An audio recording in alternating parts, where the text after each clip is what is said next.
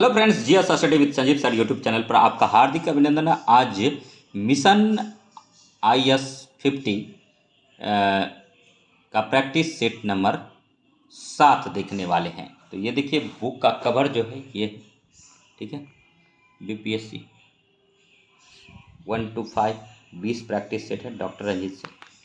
तो वीडियो में बने रहिए। प्रैक्टिस सेट नंबर 7 है, 6 पहले कर चुके हैं और 7वां है, ठीक है। तो हम पहले ही बोल दिए हैं कि हमारे यहाँ जो होता है GS study with Sanjeev sir YouTube channel पर रिवीजन होता है, रिवीजन और मोर टाइम रिवीजन करेंगे तभी आपको रिजल्ट निकलेगा। तो आइए जुड़ जाइए फटाफट। देखिए, फर्स्ट नंबर क्वेश्चन है कि सिंधु घाटी सभ्यता के शहरों की गलियाँ कैसी थी? तो चौड़ी और सीधी थी। और सेकेंड नंबर है 1831 में बुद्धो भगत ने के नेतृत्व में कोल विद्रोह किस क्षेत्र में हुआ था? तो सिंहभूम में हुआ था। और स्वामी सहजानंद निम्न में से किससे संबंधित थे? तो ये बुक आंसर दे रहा है बिहार में मजदूर आंदोलन से। आपके पास बुक होगा तो आप देख लीजिए, लेकिन यह आंसर गलत है, क्योंकि स्वामी सहजानंद जो थे वो बिहार किसान आंदोलन से संबंधित थे और 1923 में बिहार किसान सभा का गठन किए थे।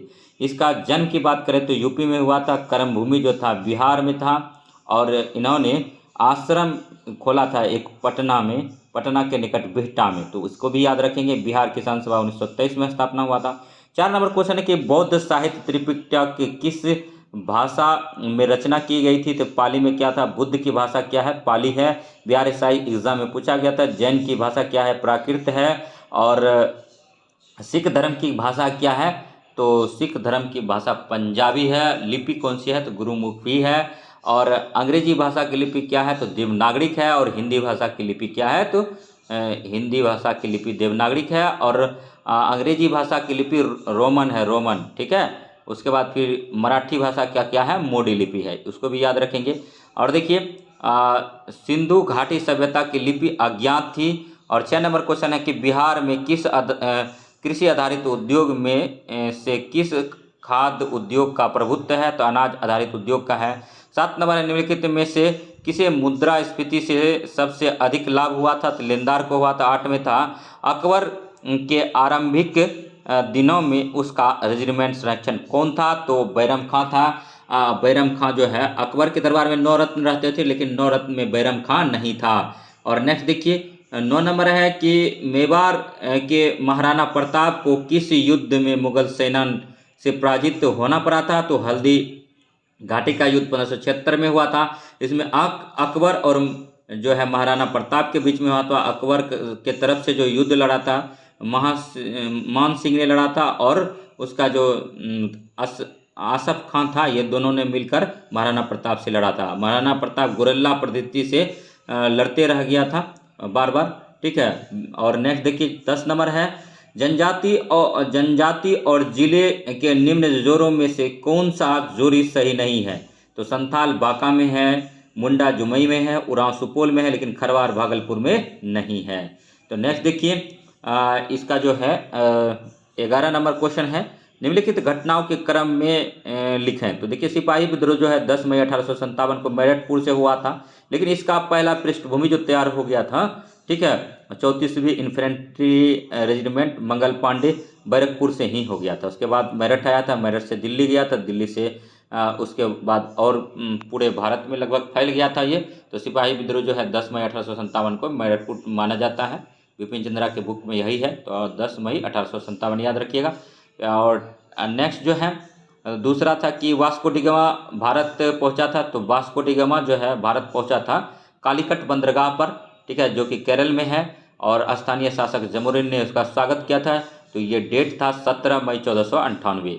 और नेक्स्ट, बाबर ने मुगल साम्राज्य की स्थापना किया था। तो बाबर ने जो है 21 अप्रैल 1526 को, ठीक है, मतलब पानीपत के युद्ध में इब्राहिम लोदी को हरा करके मुगल वंश का स्थापना किया था भारत में। तो इसको सीरीज में अगर समझाएंगे सजाएंगे तो सबसे पहले क्या हो जाएगा, ठीक है, तो सबसे पहले हो जाएगा वास्को डी गामा भारत पहुंचा था 1498 में। उसके बाद फिर क्या आता है, बाबर ने मुगल साम्राज्य की स्थापना की थी 1526 में। उसके बाद फिर 1857 का विद्रोह हो जाता है। तो इस तरह से सी आंसर हो जाएगा। द्वितीय गोलमेज सम्मेलन में महात्मा गांधी के साथ हिस्सा लेने कौन गया था? तो देखिए सरोजनी नायडू गई थी, SS राजपूताना जहाज से गया था।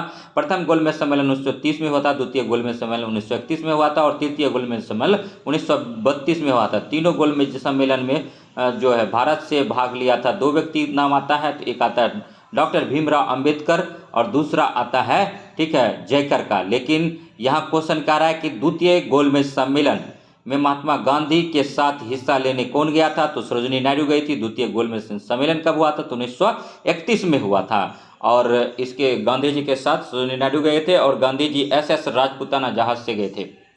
नेक्स्ट देखिए 13 नंबर क्वेश्चन है कि पंजाब में कृषि आंदोलन आयोजित करने के लिए लाला लाजपत राय को किस वर्ष निर्वासित करके मंडले भेजा गया था? तो 1907 में भेजा था और इसी टाइम सूरत फूट हुआ था। ये भी याद रखिए, भारतीय राष्ट्रीय कांग्रेस का सूरत फूट गरम दल और नरम दल में फिर से दरार पड़ गया था, वही बाद में 1916 में, ठीक है, एनी बेसेंट और बाल गंगाधर तिलक के सहयोग से, ठीक है, जुड़ गए थे। उसमें मुस्लिम लीग भी शामिल हो गया था 1918 में, तो बाद में उसको देखेंगे। नेक्स्ट देखिए 14 नंबर क्वेश्चन है, किस गवर्नर जनरल ने रोपर में महान रंजीत सिंह को सम्मानित किया था?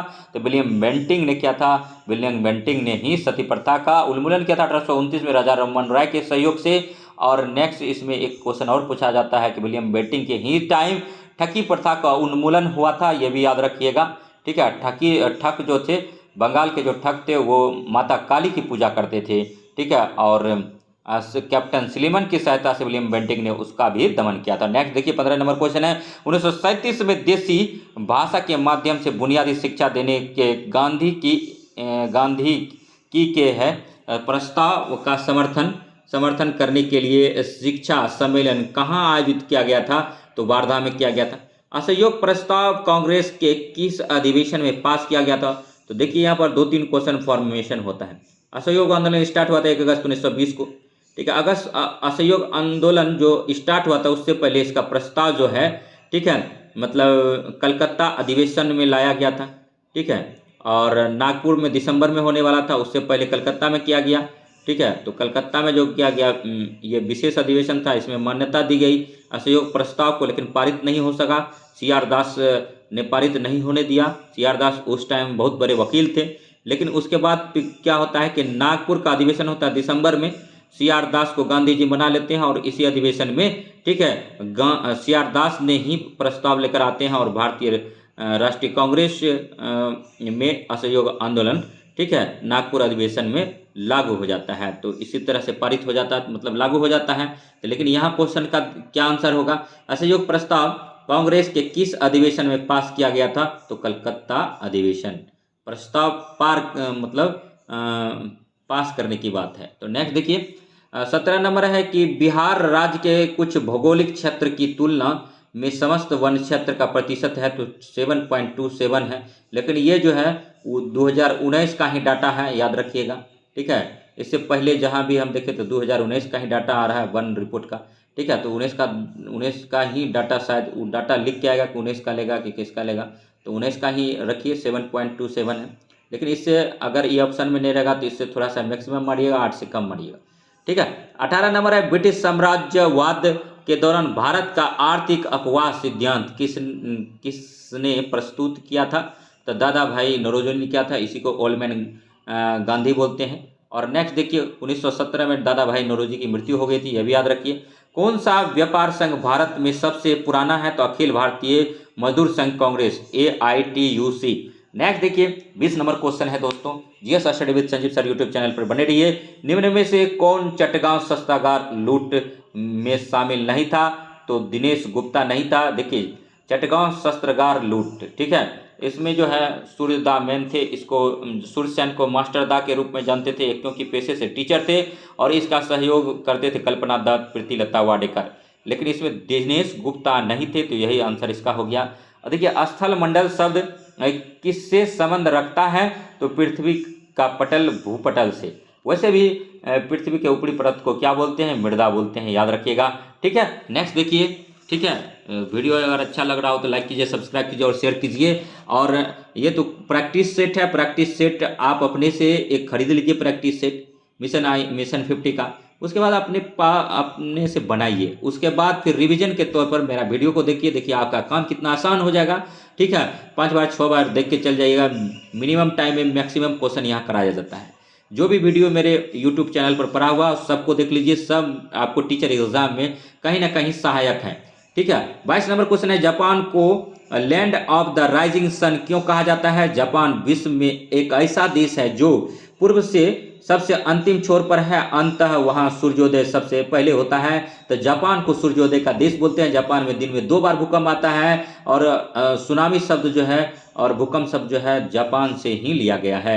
नेक्स्ट जो है देखिए, विश्व हीरा आपूर्ति में निम्नलिखित में से कौन सा देश सर्वाधिक योगदान देता है? तो रूस देता है। और सिराको, ये ध्यान दीजिएगा, सिराको तूफान की सही दिशा का चयन कीजिए, सहारा से भूमध्य सागर की ओर होता है। और 25 नंबर क्वेश्चन, निम्नलिखित में से किसका दैनिक तापमान में अंतर सर्वाधिक है? तो मरुस्थल का है। ठीक है, 25 सेंटीमीटर से जहां कम वर्षा होता है वैसे क्षेत्र को मरुस्थल घोषित कर दिया जाता है। और निम्न में से किस महाद्वीप में सबसे अधिक देश हैं? तो अफ्रीका महाद्वीप में है। जबकि एशिया में महादेश में कितना देश है? 46 है। एशिया महादेश जो है सबसे बड़ा महादेश है। उसके बाद अगर सेकेंड स्थान पर किसी महादेश का आता है तो अफ्रीका का आता है। और निम्न में से किस महाद्वीप में सबसे अधिक देश हैं? तो अफ्रीका महादेश में सबसे ज्यादा देश है, क्योंकि इसमें कुल 54 देश हैं। अब देखिए 27 नंबर क्वेश्चन है कि 2011 की जनगणना के अनुसार भारत के किस राज्य में आदिवासियों की आबादी का प्रतिशत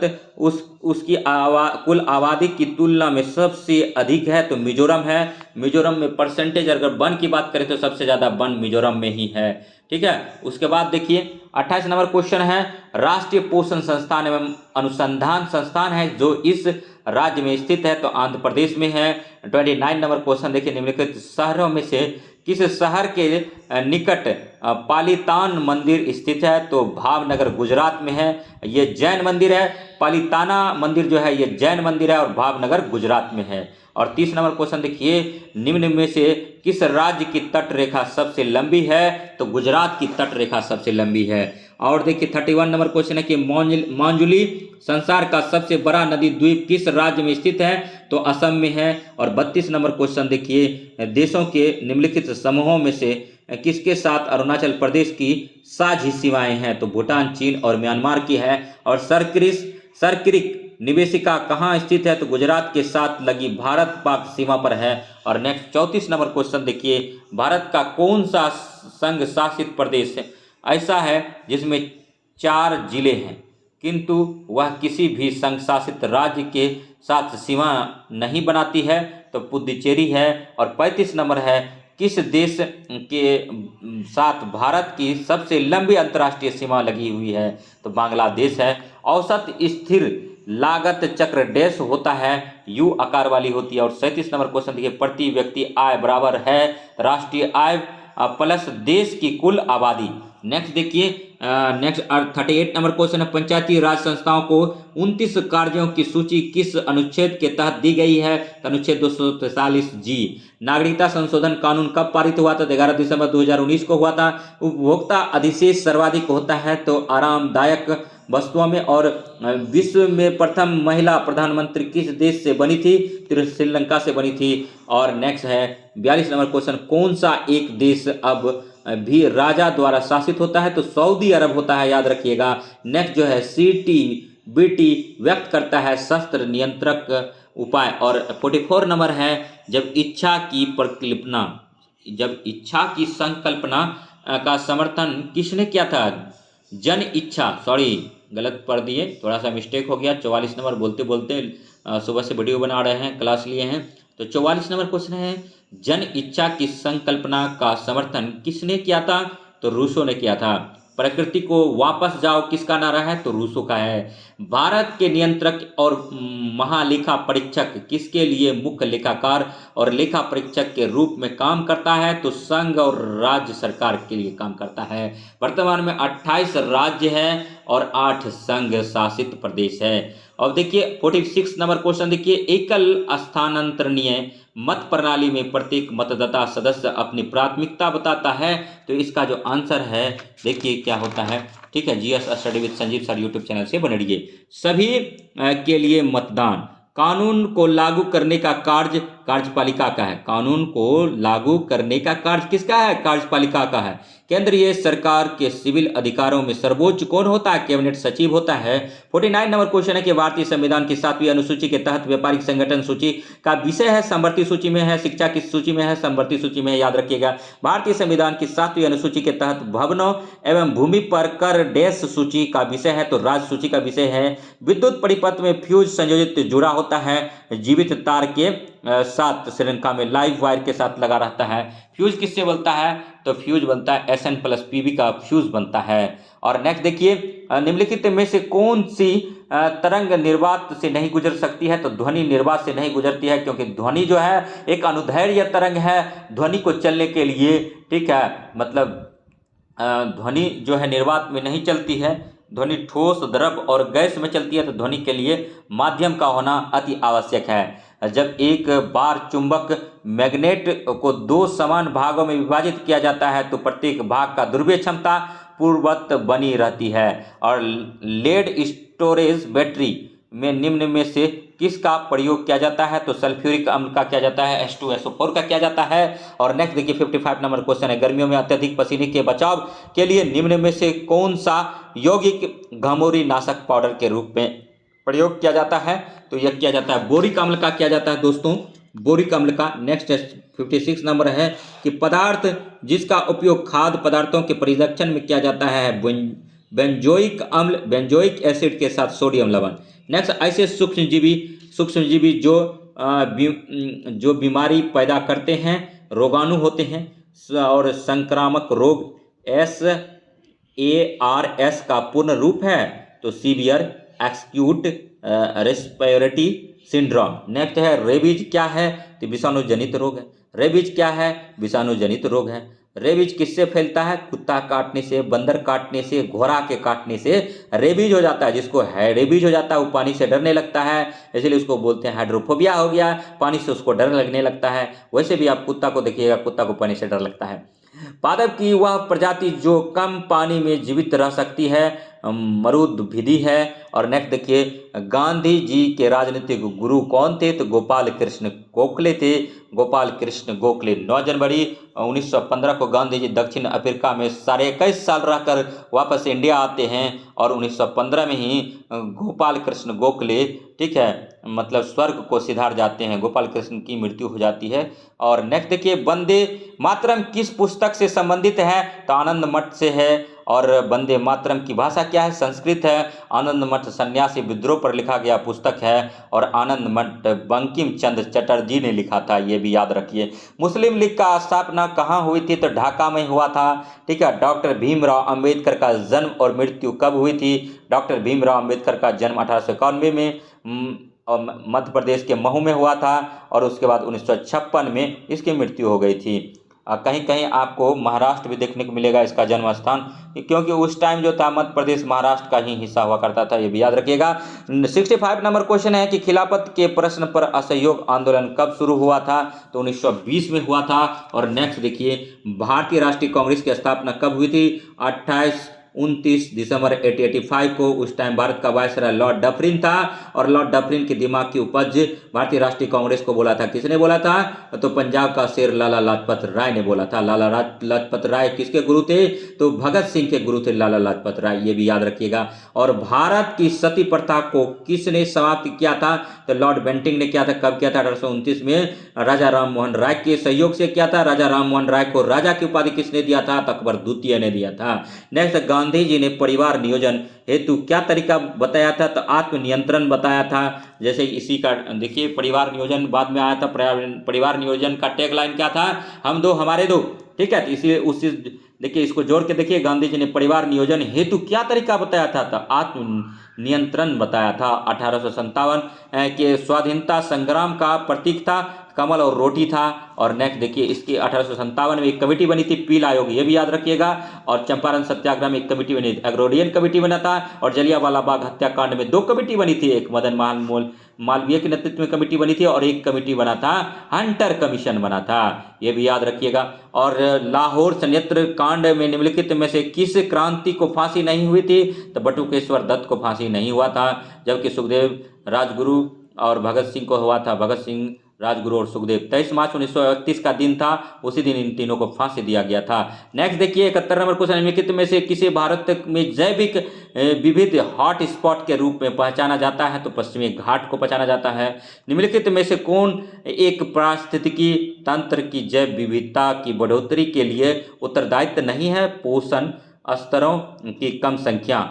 नेक्स्ट जो है, निम्न में से कौन प्रवाल निरंजन में सर्वाधिक महत्वपूर्ण कारक है? तो वैश्विक तापन है, वैश्विक उष्मन है। और नेक्स्ट 74 नंबर देखिए, निम्न में से कौन पारिस्थितिकी तंत्र के विषय में सही नहीं है? तो ये जो है दोस्तों, यह एक बंद तंत्र होता है।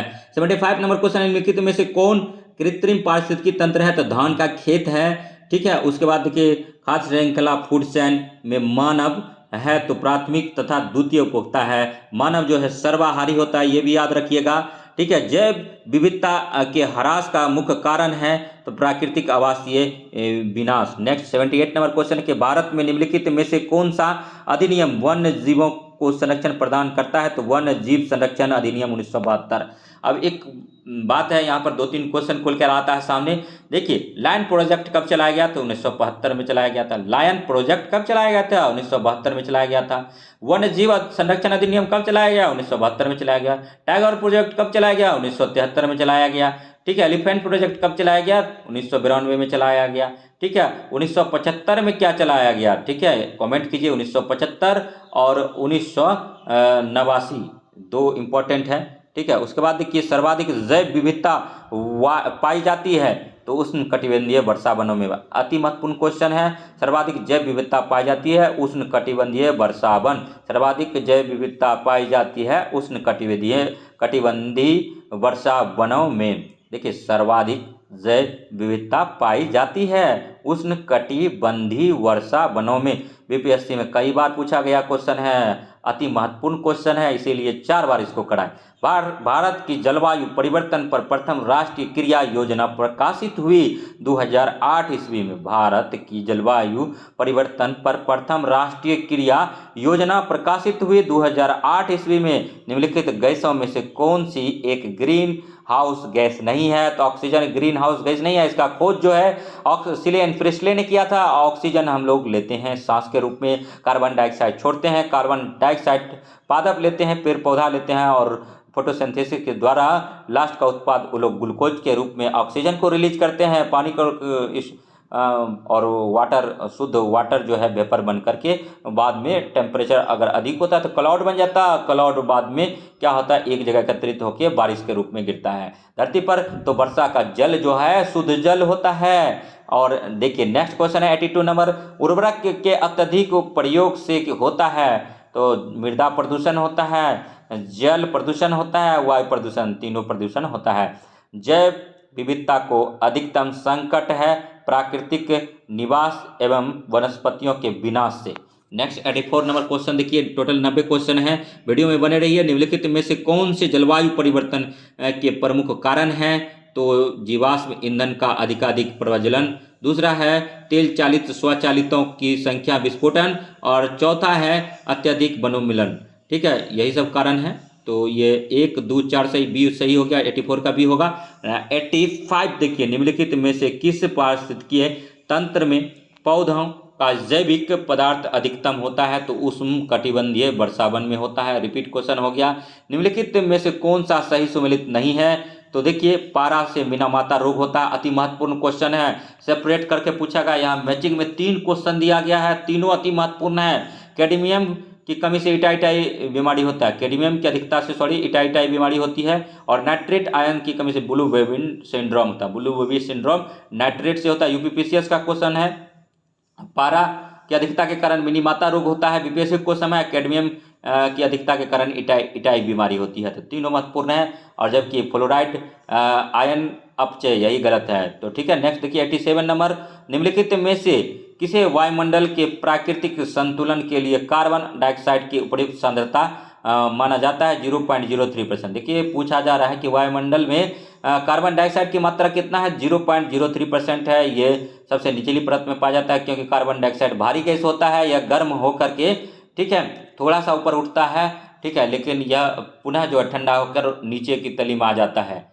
ठीक है, उसके बाद देखिए भारत सरकार ने वन संरक्षण अधिनियम किस वर्ष अधिनियमित किया है, तो 1980 में किया है। और 89 नंबर क्वेश्चन देखिए, लास्ट पड़ाव पे हैं हम लोग। नीचे दो वक्तव्य दिए गए हैं। पहला है भारत में जलवायु परिवर्तन में सामाजिक तनाव बढ़ रहा है, और रीजन है इसका मौसम की चरम दशा की बारंबारता एवं तीव्रता से खाद्य सुरक्षा पर गंभीर प्रभाव पड़ेंगे। ए आर दोनों सही है, आर ए का सही कारण नहीं है। और नेक्स्ट देखिए 90 नंबर क्वेश्चन। अब लास्ट क्वेश्चन पर आ गए हैं दोस्तों।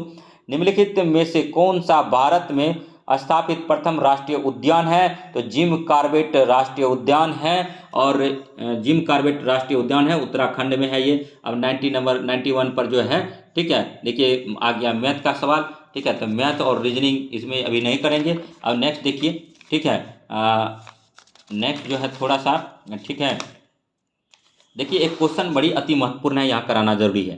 ठीक है, भारत की सबसे लंबी अंतर्राष्ट्रीय सीमा बांग्लादेश के साथ लगती है।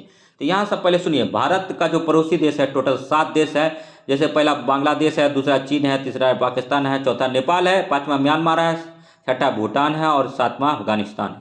ठीक है, तो देखिए बांग्लादेश से जो सीमा लगती है 4096.7 किलोमीटर लगता है, और चीन के साथ जो लगता है 3488 किलोमीटर लगता है, पाकिस्तान के साथ 3323 किलोमीटर लगता है, नेपाल के साथ 1751 किलोमीटर लगता है, म्यांमार के साथ 1643 किलोमीटर लगता है, जबकि भूटान के साथ 699 किलोमीटर लगता है। सबसे कम जो है अफगानिस्तान के साथ लगता है 106 किलोमीटर।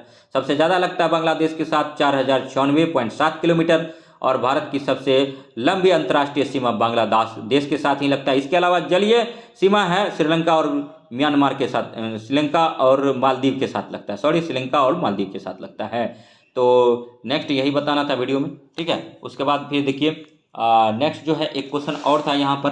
ठीक है, कि भारतीय राष्ट्रीय कांग्रेस की स्थापना ए.ओ. ह्यूम द्वारा 1885 बम्बई में हुई थी। इसका प्रथम अधिवेशन बम्बई में गोकुलदास, यही याद रखिएगा, गोकुलदास तेजपाल संस्कृत विद्यालय में दिसंबर 1885 में संपन्न हुआ था, जिसके अध्यक्ष व्योमेश चंद्र बनर्जी थे। ठीक है, उसके बाद फिर देखिए नेक्स्ट जो है, नेक्स्ट अब रीजनिंग का एक्सप्लेनेशन। अब देखिए ये प्रैक्टिस सेट नंबर 8 है। इसमें जो है हम सुबह सुबह सोचे आप लोग को पढ़ाएंगे, तो इसमें टेस्ट मारे तो हमको 73/90 आया, 17 रॉन्ग हो गया। टोटल अटैम्प्ट लिए थे, तो इसीलिए अब प्रैक्टिस सेट नंबर 8 करेंगे। तो थोड़ा सा रेस्ट ले लेते हैं, उसके बाद फिर आपके लिए वीडियो लेकर आएंगे। तो वीडियो में बने रहिएगा, GS study with Sanjeev sir YouTube channel को वॉच करते रहिएगा। तो फिर नेक्स्ट वीडियो लेकर आते हैं, तब तक जुड़े रहिए। और वीडियो वॉच करने के लिए धन्यवाद। और नेक्स्ट वीडियो इसी तरह GS study with Sanjeev sir YouTube channel को लाइक कीजिए, सब्सक्राइब कीजिए, शेयर कीजिए। और इसी आशा और विश्वास के साथ मैं अब थोड़ा सा रेस्ट लेता हूं, उसके बाद पुनः फिर प्रैक्टिस सेट नंबर 8 लेकर के आप सबों के बीच उपस्थित रहूंगा।